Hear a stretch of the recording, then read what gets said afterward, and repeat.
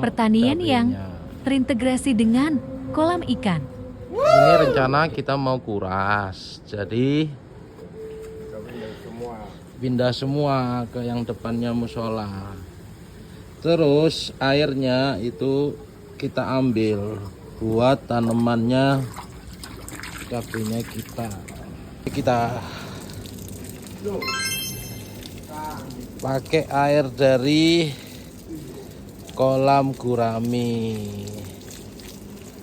Jadi tanamannya itu kita masukkan dapat airnya dari hasil kolam yang kita punya, kolam lele.